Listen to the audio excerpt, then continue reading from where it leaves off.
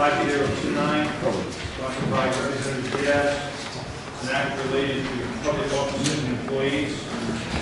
It allows a classified employee whose position is not fully funded with special loans and/or grants to seek nomination of or to be a candidate elected for state office. Representative Diaz, how are you? Good. Thank you, Mr. Chairman and members of the Judiciary Committee. I'm so pleased to be here this afternoon, our long first afternoon here at the State House. And I'm very honored and happy to advocate for many people in Rhode Island who may feel and think of running for office. As you may know, some of you are new, but for 40 years, this is my 15 years, introducing the same legislation. So be persistent when something don't pass, because at some point maybe you will be lucky, or you need the lottery here, or you will be tired. But for this case, I'm very pleased to continue to advocate because I'm a good example of this bill. Giving you some background, in 2004 I ran for office. When I ran for office, I already was working for the State of Rhode Island Mental Health Department. I was part of the ASME union, very pleased and happy to work in helping veterans in the veteran home and mental health facilities. And then I was also a home child care provider. And I decided to run for office to represent home child care providers. But even before I sent my first flyer, I was forced to resign my position. I resigned before I filed for the campaign, and the reason is because in Rhode Island we have three state employee classifications. The first one is the classified employees, and those are the ones that require continuous supervision, license, certificates, or registration. Good example of that is the secretary, CNA, janitor, plumbers, electricians, people who have to require by law to continue education and provide certification. The second one is unclassified state employees, and those include director of department, positions of policy makers, or all appointments by authority or by the government. And the last one, the last group is non-classified employees position, which include the Board of Governors for Education, like administrators, professors, and people in that field. So, the only group from those three that is prohibited to run for office is the classified employees. If I give you another example, if we're working in the department where there's a CNA, janitor, and people who, as I mentioned, require certification, and then my boss, who says the department director, or the professor who work there also, they all can run and set me as a secretary. So it's unfair that the State of Rhode Island is putting barrier between state employee groups or classification.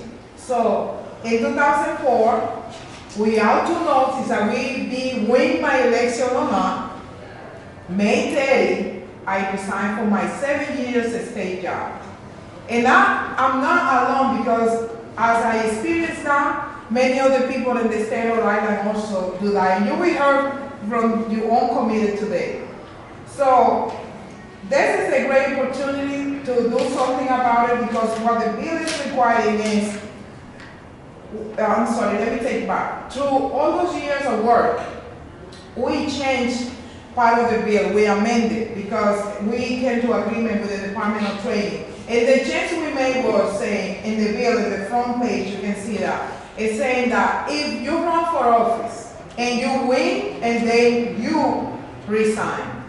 In my case, I had to resign before, even though I didn't notice I win or not. I was lucky enough to win, even though the salary that we got paid didn't compensate for what I resigned.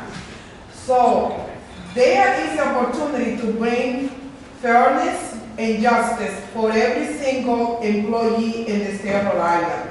If my director department can run, my professor can run, why the state restricting me as a CNA and secretary not to run? It's a time of progressive decisions, and I think it's there in your hands, the opportunity to make a significant, important change, because all voices matter in the state of Rhode Island in the General Assembly. So I encourage you to think about it, to take the decision. This is my 15 years serving to the state. I'm celebrating my 15 years. And that would be my best gift, that you help me to pass a bill that I'm working from day one in the state of Rhode Island. Thank you. Thank you. Any questions, responses? I wait till this year. Yes, Joe. Great. Because I knew how long you were working on this, so keep going, sister. Oh, yes. What was the compromise? Well, before the bill saying that every single state employee were able to run, and do the compromise language that we put it together, we decided to accept that people will resign only if they win the election. So if you're running for office, you can still working for the state during the campaign time, and then if you win, you have to resign. I'm not happy with that, because you put in somebody in the difficult situation, and you will hear that tonight, that after you find out that you have the courage to run for office, and you win, you don't have a job. And when you have family and children, that's a very difficult time for you to address. Without having any income, I mean big income, for 6 years. And you know, especially you, how difficult it was for me. I was close to lose my house because of mortgage crisis. And take to redefine my profession and go to school again, I was able to get another job. But it's difficult when you have to take that decision in order to serve to others in the state. Any further questions in this one? Thank you, Grace. Which has several witnesses that signed up to testify. The first is Jim Cineriti from Rhode Island Council 94 AFSCNE in favor of the bill. Jim. Thank you, Mr. Chairman. Congratulations on your appointment of House Judiciary. I'm very grateful to be here again, and I want to thank personally Grace Diaz, who has never given up on this legislation.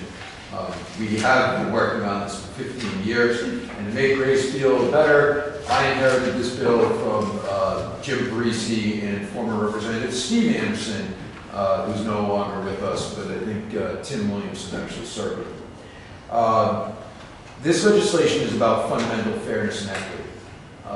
As Grace already alluded to, it is inherently unfair. The classified state employee, and that's the vast majority of Council 94's membership.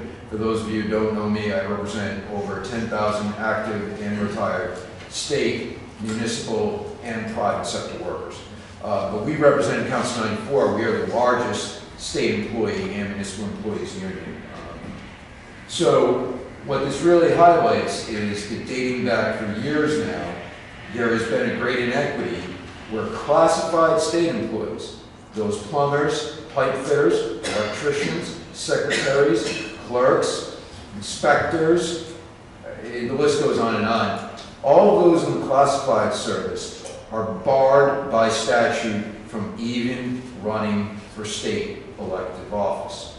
And why I feel strongly and have maintained that this legislation needs to be enacted is that if you look back through your own history, there have been numerous non-classified and unclassified individuals who are state employees who have run and served with distinction in this chamber.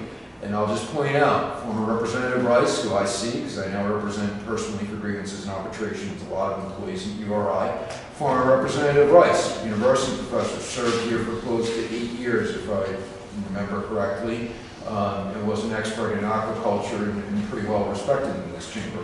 You have Representative Rodney Driver. While being colorful and controversial, I don't think anyone could ever question Representative Rodney Driver's work ethic or dedication to thoroughly examining and debating legislation. Actually, there was a deputy sheriff that predates me by the name of Lamountain, who served up here for a number of years.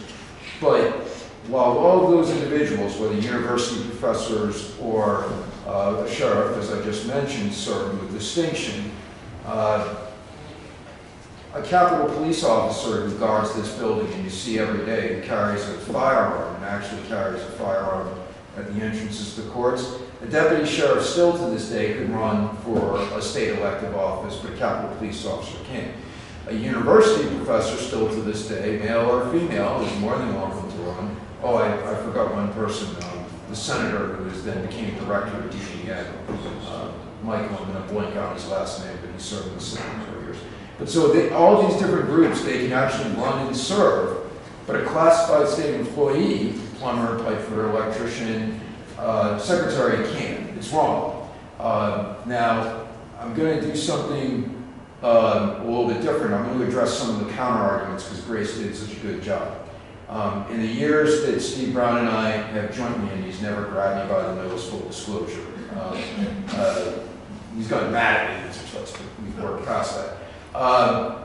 Steve Brown and I have been working on this bill for a number of years, and we've jointly kind of observed that this now is the only statutory bar on a set of employees that prohibits them.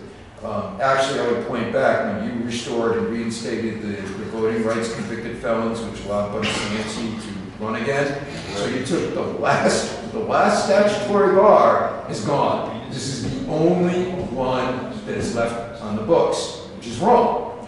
I would then point out that I hear all the time that it would be bad for classified and state employees because they would abuse their position or commit fraud, chicanery, or everything else. To that, I would just respectfully point out that while I had time, I Googled the Hatch Act. The Hatch Act is the strongest employee ban. It's a federal legal statute dating back to 1939.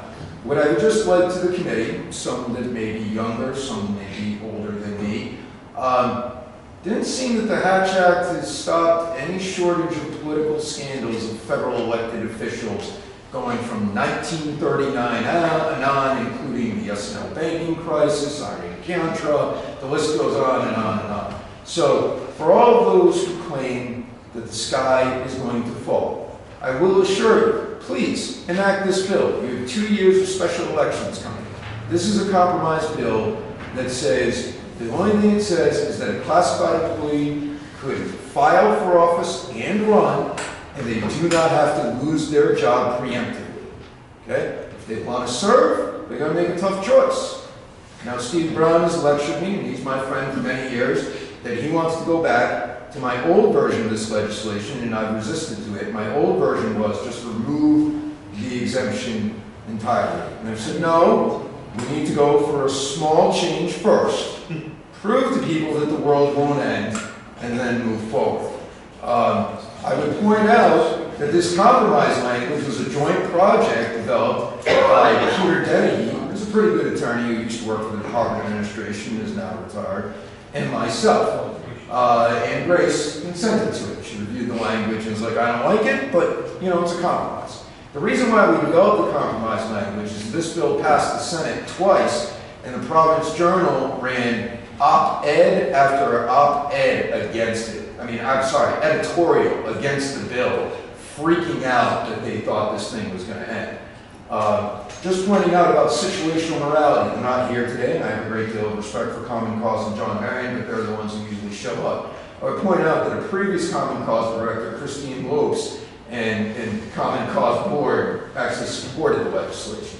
So now, unless you've got something in writing, I would imagine that you don't have anything on record opposing this bill. I would urge you to please let this be the year that you actually give this legislation a shot. I'll even just be happy to get a floor debate. Its time has come. The Senate actually moved the bill twice. We got it out, we got it over here, and then we ran into problems. I don't want to sound like a right-wing Republican. With no due respect, people know I'm an old-line FDR liberal. I hate the word progressive, by the way, for a variety of reasons. Just telling you. And I would tell you that this really is about competition. You don't have anything to fear. here. Most of my members can't afford to run for office. It's prohibitively expensive, as some of the new-time candidates know. Many of you need to raise between $10,000 to $20,000. Yes, I do a lot of election work with my other guys. And so you're not going to get flooded by people. You already have, I would point out, teachers, firefighters, business owners, attorneys, doctors, all who serve with distinction. Classified employee if they abuse their power. Members of the media, like Catherine McGregor, would make short work of them.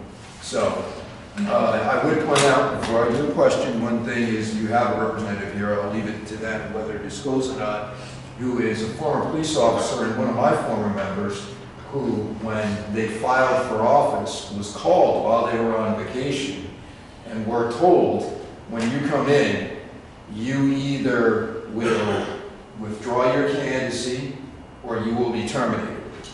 This individual did one better. He walked in, came off vacation, and handed in his resignation letter and said, I'll change the law. So I'll leave it to them whether they want to identify themselves, but they certainly submitted over on the left-hand side. They won't raise their hand, they can. So, as he called me and was really mad and said, I can't believe he was my member, I was a staff rep, and he was furious and gave me a piece of his mind. I said, well, I'm sorry you're going to resign, but you know, Grace Diaz has a great bill that would have prevented this situation. So that's pretty much everything. I went a little bit off my usual script, but I would note I am wearing glasses for the first time in testimony, shamelessly to ingratiate myself with the chairman and certain members of the committee for the passage of this legislation. He doesn't even need them. Yes, Doc. Jimmy, Yes, sir. so let's go back to the original logic of why the original statute was created. You alluded to corruption, but I'm not worried about that. That's endemic to human nature. But not to you. You're one of the straightest people I know. I'm not a saint. So let's take the court. Say that again.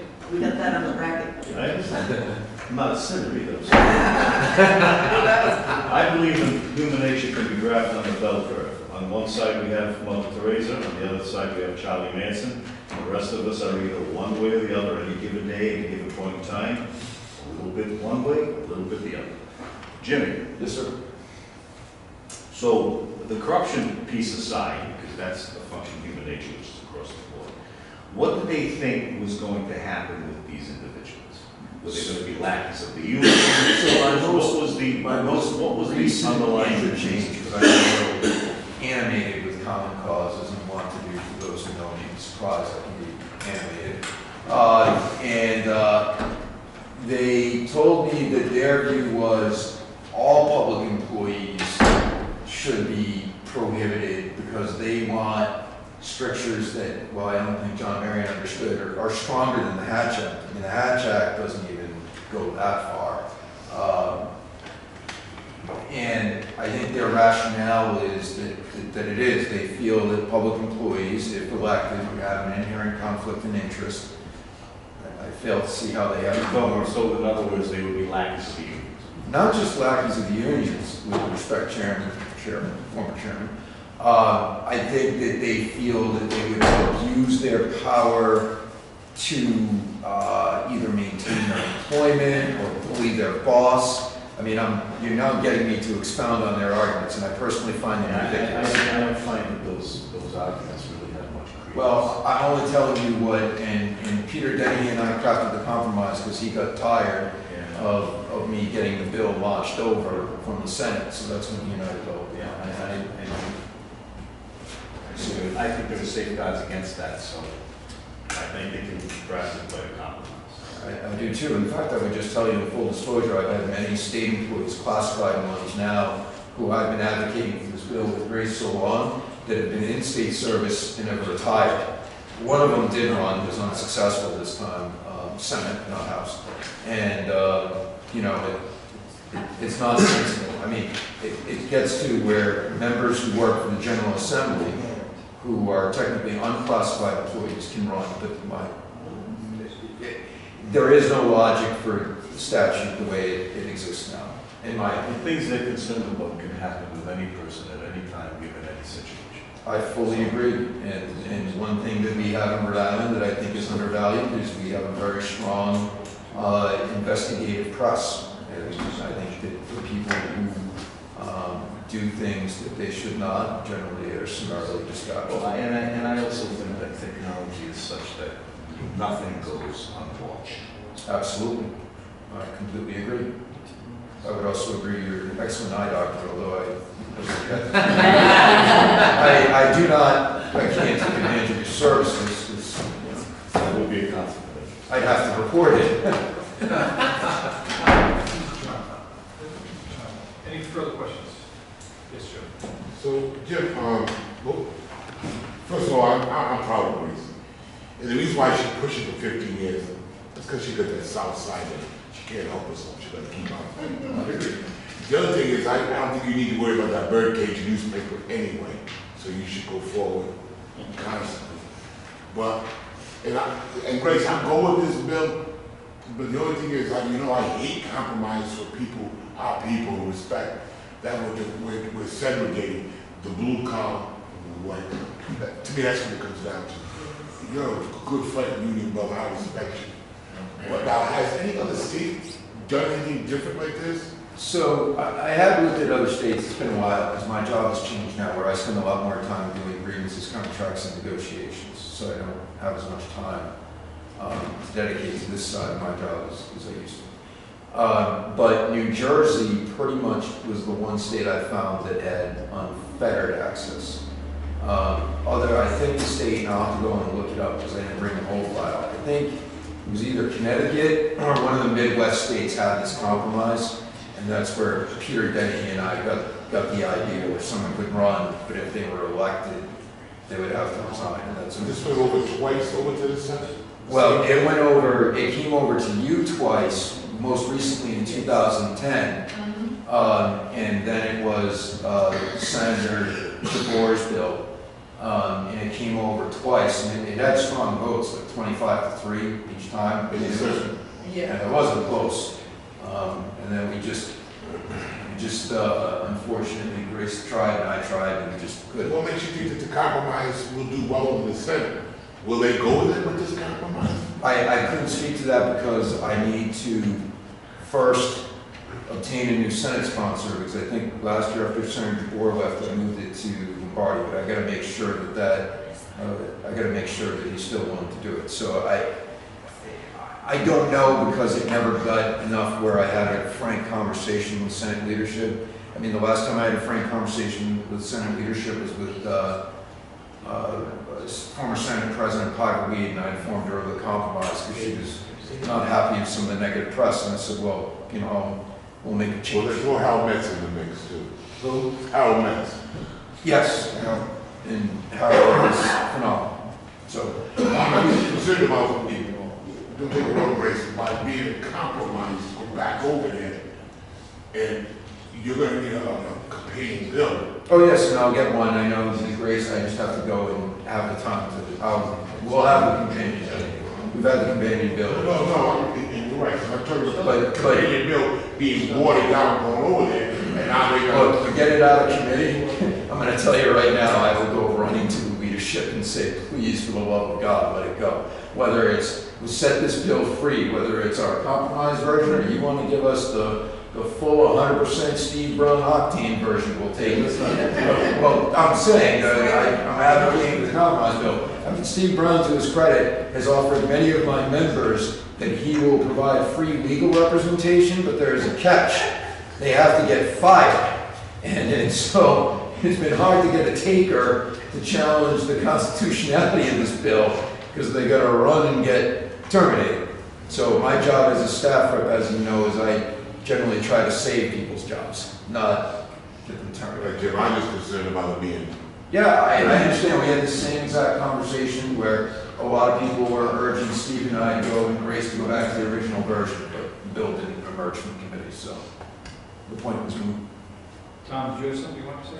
I'd actually like to testify, although I didn't sign up to testify. I don't know if I could. Yeah, you can do it right from there. Okay. So, I'll stand if you want. So, as Jim said, I'm the person that was on the left that had this happen to him.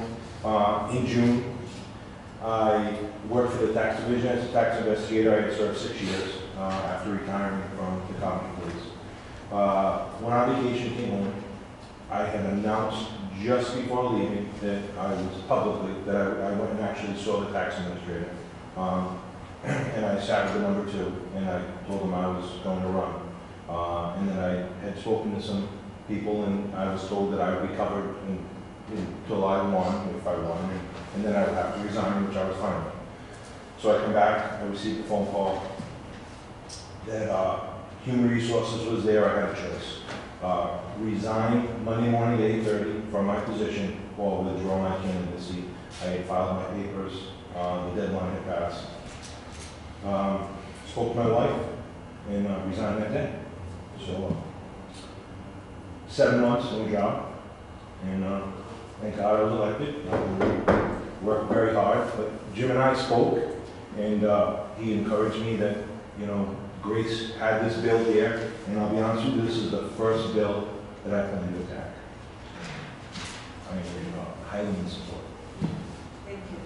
I know your pain. I want it. All right, any further questions? Thanks. Thank you. Steve Brown?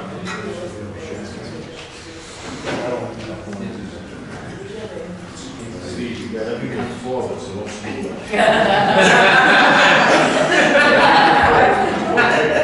Well, kick us off.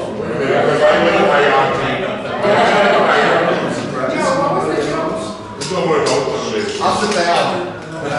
I do want to just brief, as you heard, we obviously strongly support this bill. But to follow up on Representative Probation and Representative Almeida's comments, I mean, there really is no logic to this. If you want to talk about divided loyalties or self-interest, as you know, Representative Probation said, that applies across the board. And then there's Representative Almeida's point. There's this dichotomy. The people who actually are most likely to be political, in any sense of the word, are the high policy-making employees who are in the unclassified position and right now can run. They have the absolute right to do it. It's, as you heard, it's the secretaries, the nurses, the custodians. They're the supposedly political ones who are actually barred from running. It is completely unfair, and we hope this will be the year to, yes, I'm going to answer any questions. Did I screw it up? No.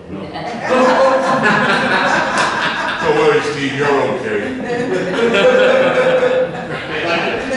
Thank you. We have Ralph Kozowski from IBPO, who does not wish to testify but is in favor, and Nicole O'Loughlin from SEIU, no testimony but is in favor. That concludes testimony from Representative Diaz, Bill House 5029.